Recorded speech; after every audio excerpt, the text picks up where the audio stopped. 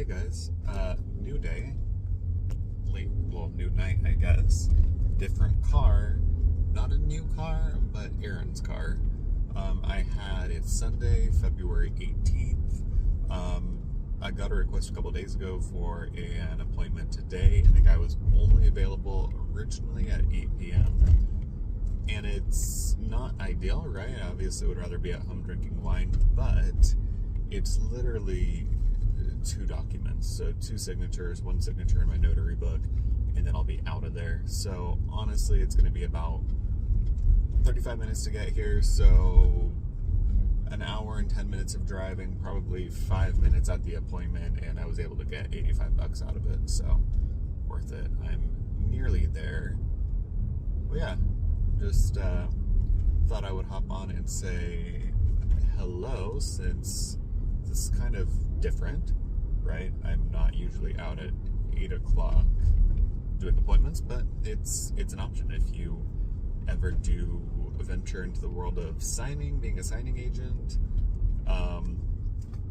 It's kind of one of those things that you could do not 24 hours, but your working hours are pretty damn flexible. It's obviously dependent on the person that you're meeting with, but I've met with people as early as 6 a.m. and I've signed with people as late as, I think, 10 p.m. during COVID, because we had so many appointments in the day and we just would stack so many of them. So it's, thought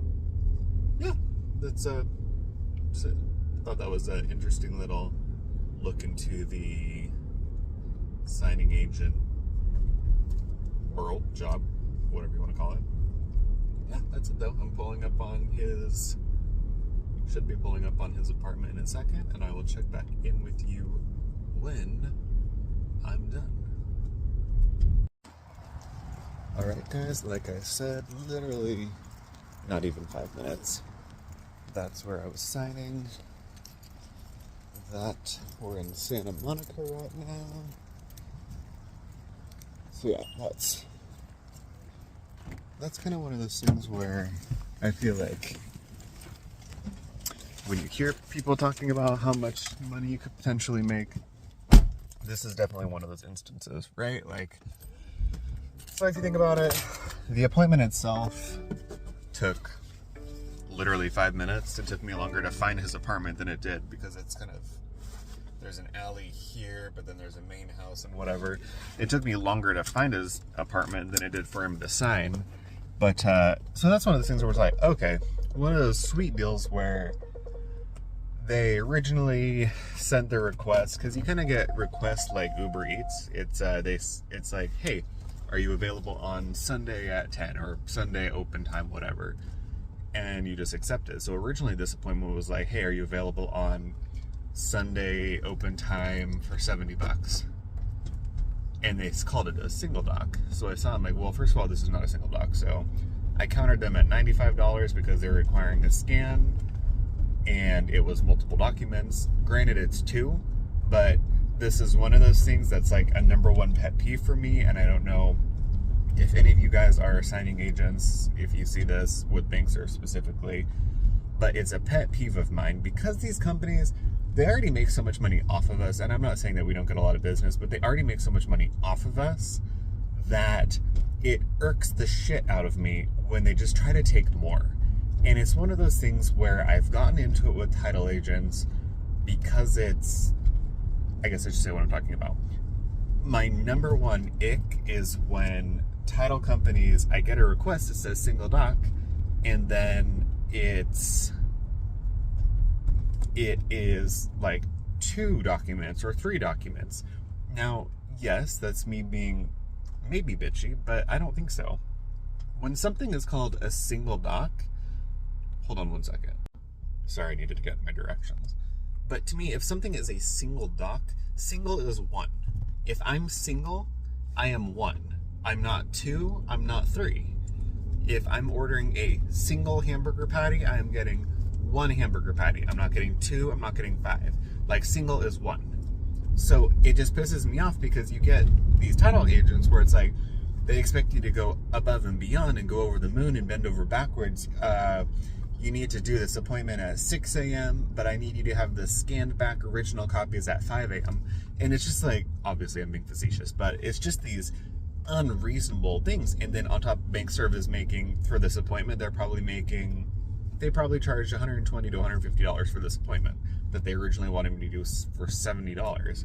So it's just one of those things where it's like, no, you know what, guys? I will accept a single document. If it's a single document and you are making the order a single document, that is one. I'll give you one. Single is one. But I don't care what the situation is. If it's in California, you'll see like the interspousal transfer deeds, which is generally when, similar to a quitclaim deed, it's generally when like you're married. So say I'm married, but I want to purchase a property that is only in my name. I want it to be as sole and separate property. Because California is a community property state, if I purchase something, even if my husband has nothing to do with it, they will have, their name can be on title, I think, or it can, more specifically, they can be liable for any future debts or any future responsibility of the property. So when you do an interspousal transfer deed, a lot of the time in California, it will come accompanied with it'll be like the interspousal transfer deed instructions. In 1,000 feet, turn left onto South Centinela Avenue. Like this one. Yes, it had that page, one signature and date from him. It also had a notary page, my notary information page, which I'm not saying that it is hard to do, but it's another page that I had to fill out. And then the third one was a second at the light, turn left onto him, South Centinela Avenue. And a notarized piece from me.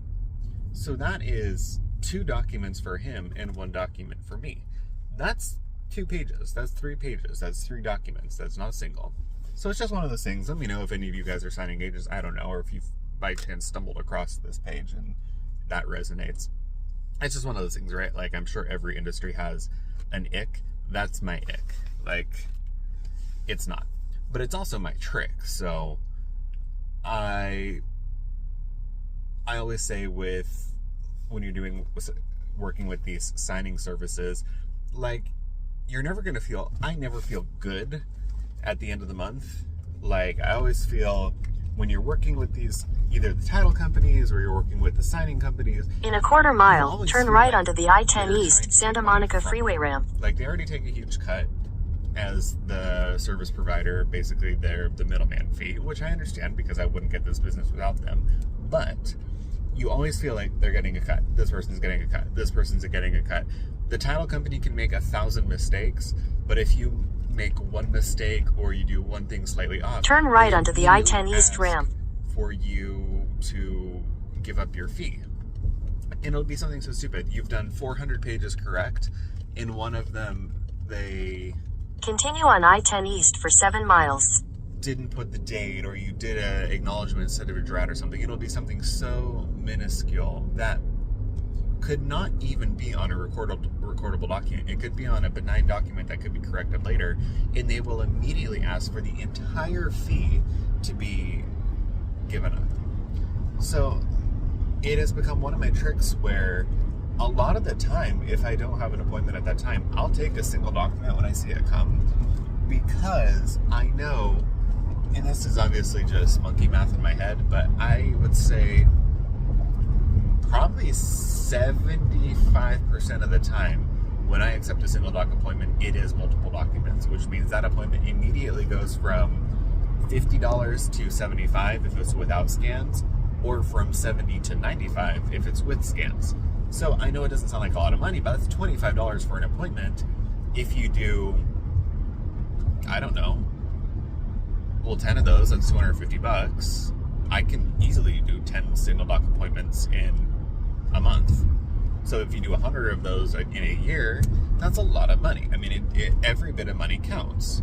So yeah, that's my little piece. Now I'm just, don't do what I'm doing. Yeah, I'm a bad illegal citizen, whatever. I'm driving through LA and talking on this. But I posted a video. Obviously, maybe you've seen it, maybe you haven't. And it is, I miss making these videos. I'm still trying to find my footing on what that's going to look like moving forward. I obviously was not a big fucking YouTuber, but I have 5,300 or something subscribers. That means a lot to me. Like, I did work for quite a while in making, with the skincare videos, I worked consistently to build up this audience, and that does mean something to me. So I saw somebody commented on my last video. It was super, super sweet, and shout out to her. Shout out to you if you're watching this one. That she was like, oh, thank God I was worried, or I was worried about you. Glad to see you're okay. Something to the effect of that. And that was like, wow, how fucking sweet is that? My little baby audience, there are still people that tune into my videos. Obviously, it's a lot less than it used to be because I don't post or the share right now. But how sweet is that? And it just reminded me, like, I do love interacting with people and posting these videos. So my comment to her was, there have been so many, this is an excuse of course, but there have been so many life changes that have gone on in the last, I mean really 5 years, but every year in the last couple of years it seems like there's always something new. It started with, you know, getting with Aaron, and then it turned into moving from the one apartment to Portland, and then it turned into one of the biggest life changes, two of the biggest life changes that happened at the exact same time. That was not professionally training horses anymore and moving out of Oregon down to LA. And then there's just been, you know, life change, becoming a signing agent, working through COVID, dealing with COVID, the pandemic, you know, just in general. Moving out of that house to the other house, losing Preston, buying and selling horses, going to horse shows, traveling to Texas after Shannon moved, driving her down to Texas. I mean, there just have been so many, getting married, there have been so many life changes. Now it's, I mean, another one. Now it's, I just got my real estate license and joined a brokerage, shout out Rubel Ashman Group with First Team Real Estate. And now I'm at the very, very baby budding stages of my real estate career, which I'm actually hoping is a career. I'm hoping it is my real estate career. What's so funny is, and I'm sorry, this is just a rambling rant, but I feel like I spill and say more authentic things, and I'm more my authentic self when I'm just sitting here talking to the phone, which I think is like me going back to being an only child and coming up with different games and playing different characters and hanging out with my animals. Like, I've always been able to entertain myself. But what's so funny is it took me 12, let's call it 13 years to get here, to becoming a real estate agent. In 2 miles, take exit 9 for Crenshaw Boulevard. It's taken me 13 years to become a real estate agent, but in a way, I do mean that, because I originally applied when I was applying to colleges, when I thought I was going to go to a college, and really it was just to appease family. I originally applied. One of the places that I applied to and seriously was considering was, I applied to Portland State University for their real estate agent, real estate salesperson, whatever they call it, real estate brokerage, is basically a real estate program. 13 years ago, when I'm 17 or 18, however old you are when you apply to college, I applied to be in the real estate industry. I mean, just how fucking weird is that? And then I get into horses and dogs and move and have always been interested in houses and land and real estate and investing. Like, I've always had these interests that have so clearly pointed me towards real estate. And what's so crazy is now fast forward 13 years and I'm actually at the very beginning of my endeavor into real estate. I mean, it's not my endeavor into real estate because obviously I'm doing all kinds of things around in a quarter real estate, mile, take exit 9 for Crenshaw Boulevard. Actively being on the forefront of the real estate industry, buying, selling hopefully investing soon. Like, I just think that's really cool, and I'm super, super fucking excited to get going on that. So, yeah. Take exit 9, then use the left lane to keep left at the fork. This shitty, grainy video with no lighting and listening to me ramble, because that seems to be something that I really enjoy doing. So that's all for this one. I'm going to finish driving back home. And use the left lane to keep left at the fork, then turn left onto South Crenshaw Boulevard. We'll get home soon, and we'll pour a glass of wine and call it a night. President's Day tomorrow. I have one appointment in Malibu, and that's all. So we'll see you guys later. Bye, guys. Hey, hi. So another weird semi-late check-in. It's about 2 o'clock on President's Day, so day after I did well, if you watched last night, I did the one late appointment. So I had one appointment deep in Malibu at 3 o'clock. It'll be a little bit of like a Russian roulette.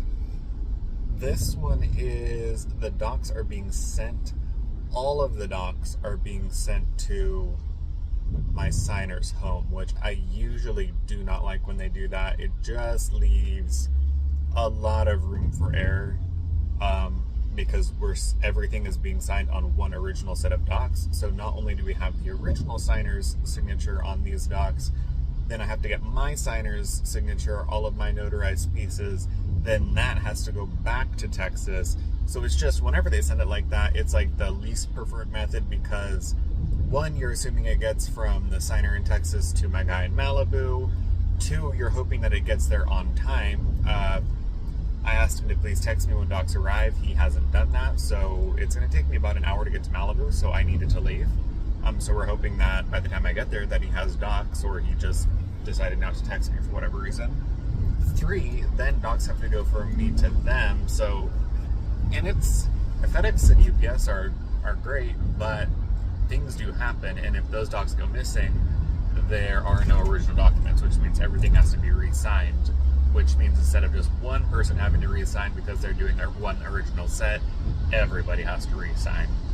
So it's not a big deal on my side. I mean, I usually like to review the documents, pre-print, pre-sign, do all of my stuff for the notary piece, but it's not like a huge issue. It just has the potential to be problematic in shipping the documents. But that's it for today. President's Day, obviously nobody was in office as far as title companies go, so no new orders came today or for the rest of the week yet. Yeah, I'm trying to think. Tomorrow I have a team meeting with Rubel Ashman Group, so William and Lisa, my new the real estate team that I have joined. So we have a team meeting tomorrow, and then the following day on Wednesday, we have the Power Hour, which Power Hour is, we're doing 12 weeks of that, so one Power Hour every week. That is specifically focused on talking about me developing my skill set as a real estate agent. This is kind of like because I signed up with them a couple days late. Well, not late, but too late to join the February training. I am not doing the training right now. They have their own training system called Power Curve. So I'm not in the training right now. So this is kind of like my more practical training with them. So we'll do that. I have the Power Hour tomorrow, and then, the team meeting tomorrow, and then William is going to show us how to use Real Scout, which is basically kind of a part of your CRM that will contact people that you plug into it. So prospective clients, people you know, people that you've done business with, whatever. It kind of keeps you in contact with them. So we'll learn how to use that, which is great. It's one of the technologies that they provide. And then, yeah, that's what I've got so far. I've got a few appointments set up already for this week. Not set up, but on my calendar.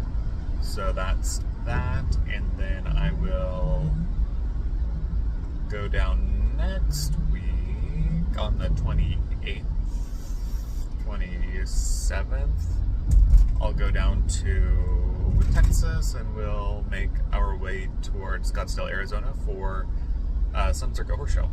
So yeah, that's what I've got on the docket right now.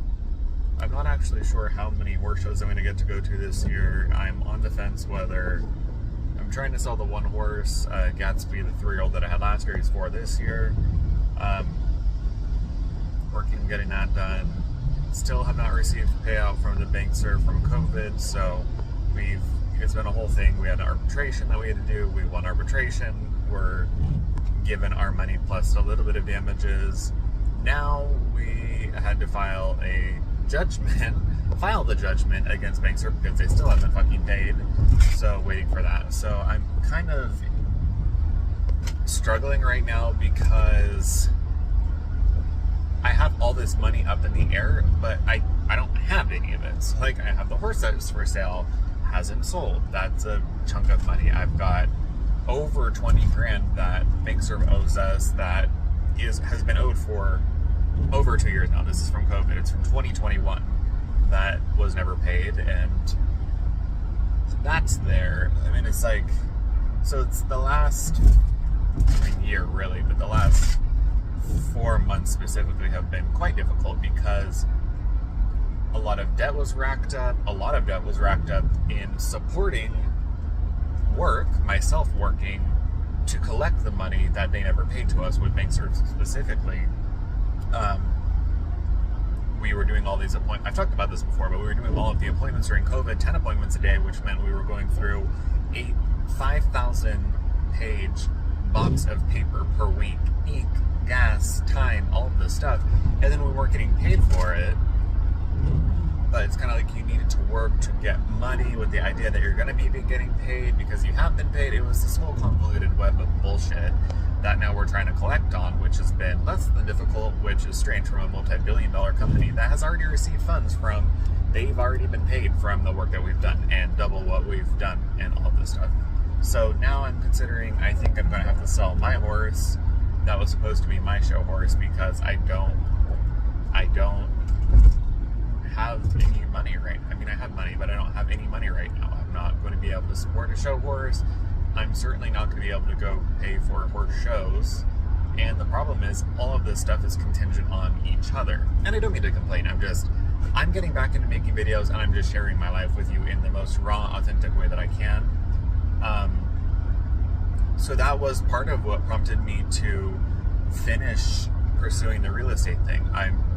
Notary work can be cool and it can be interesting, but it just, when the market's down, obviously you're not making that much, and then just you don't make that much off of Bankser anyways. Like,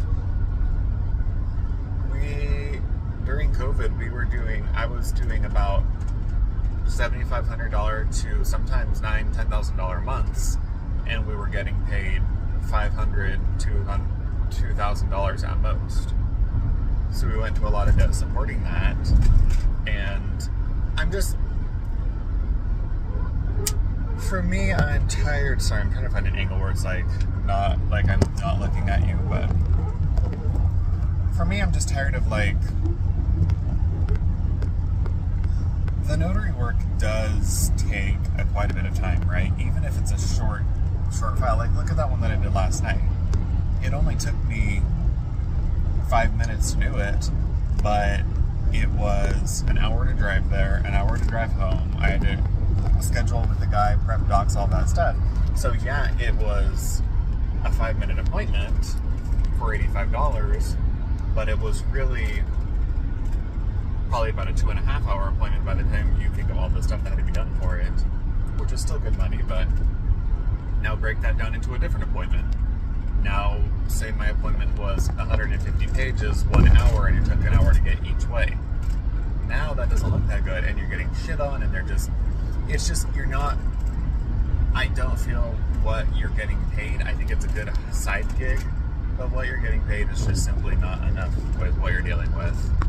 So I'd rather go into real estate, if I'm gonna spend, to make $2,400 last pay period, which is about 2 weeks, I did 8 appointments. So 28 appointments. I would say by the time you prep docs, drive there, deal with the appointments, scan docs, whatever. If you say In 2 miles, use the second from the right lane to take exit 29 for Valley Circle Boulevard toward Mulholland Drive. If you say it's roughly just averages, let's call it, I think 2 hours is being generous, but let's call it 2 hours, 2.5 hours. So 2.5 hours, 28 appointments, that's basically 30 appointments. That's basically 70 out, let's call it 68 hours over 2 weeks. I mean, yeah, it's less than a full work week, but it's not when you think about in that time, I'll stay, if I have an appointment at 9 o'clock, I'll stay in my work clothes by the computer. I kind of won't do anything else because the potential that I could take an appointment is there. So really, even if I only have one appointment at 9 o'clock, I stay ready and I stay kind of on call because you never know. You want to catch any appointment, you want to be ready to go immediately. So there's that piece. And honestly, if I'm going to spend 60, let's call it 70 hours over 2 weeks to get $2,400, I mean, do the math on that. That's basically $1,200 a week. And I know it's better than what some people make, but it's not $1,200 for 35 hours of work.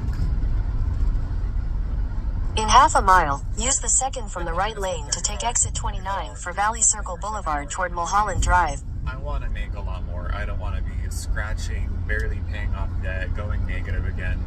I need to be doing more than that. So if I'm going to put 70 hours into something, I'd rather put 70 hours into trying to sell somebody's house, or double that, 140 hours in the month. Use the second from the right lane to take exit 29. I'd rather put 140 hours into trying to sell a house, get a client, call clients, develop relationships.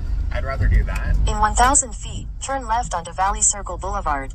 With the potential to make, At the light, turn left onto Valley Circle Boulevard. I mean, just off of commissions in Southern California, if it's $1 million house, 20 to 30 grand, I'd rather put 140 hours, 200 hours into making 20, 30, 40, 50 grand plus whatever than $1,200. So that's where I started pursuing the real estate thing. I don't even know what I was talking about when I got here, but yeah, so I remember what I was talking about, selling Lincoln. Unfortunately, if you've seen my Instagram, he's the beautiful dark red chestnut, kind of almost liver chestnut horse. I love him. He is super sweet. I think he's a very talented animal. I was super excited to show him, but it's just, I think over the next 12 to 18 months, things will change. I hope as I develop my skill set as a real estate agent, as I start selling things. We're in a crypto bull run, so I should start seeing my investments starting to really increase in price. I think in the next Continue for half a mile. 12, 16, 18 months, things will start looking a lot better on the crypto side. But it's just like I have all of this money swirling around me, and I just I can't capture any of it. It's like, I mean, to me, it kind of feels like when Harry Potter is trying to grab the keys in the Philosopher's Stone. It's like all of these keys are flying around me, but I can't catch them. That's what it feels like right now. I've got all of this money around me, and it's like Monopoly money right now. I've got, I don't know, call it $60,000 in the one horse that might sell, and then I've got $20,000. In a quarter mile, turn right onto Valmar Road. That's more than owed on BankServe, and I've got money over here, money over there, and I just can't get it. So it's been a little frustrating, and I don't mean to bitch and just sound sour, but it's a little bit frustrating when you're like, you've done all of this work to be able to... At the light, turn right onto Valmar Road. Or not even you think. You are working. I know I'm working hard. I am a hard worker. I might not be a lot of things, but I am a hard worker. Nobody can take that away from me.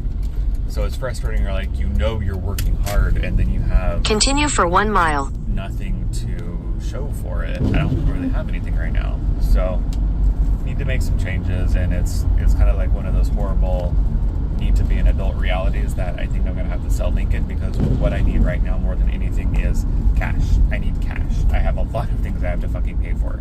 I need to pay off a ton of debt from paying for horses and trying to support things that I just am supporting the my business during COVID when we weren't getting paid, but we were doing work. I need money for real estate stuff. I'm getting started. I'm going to need to be able to pay for like certain association fees and startup costs and all of this stuff. And I don't even have $1,000 right now to pay for shit like that. So it's frustrating, and it's frustrating that I'm going to have to sell something I've been literally waiting 3 years, sat out 3 years to do. But that's where I'm at right now. So sorry to be like sound like I'm just bitching, because I don't want to just bitch for no reason, but it's just all in all to say that's where I'm at. It's why I'm pursuing the real estate thing. It's why I'm changing some things up. And it's like, I guess if I have to make a frustrating decision in the short term, kind of upsetting, disappointing decision in the short term, In a quarter mile, turn right onto Mulholland Highway. put myself in a better position. So that's kind of where I'm at. So we'll see. Anyways, I'm going to keep driving. I'm going to see if I can find a gas station to get a Celsius or something like that. I'm feeling a little... At the light, turn right onto Mulholland Highway.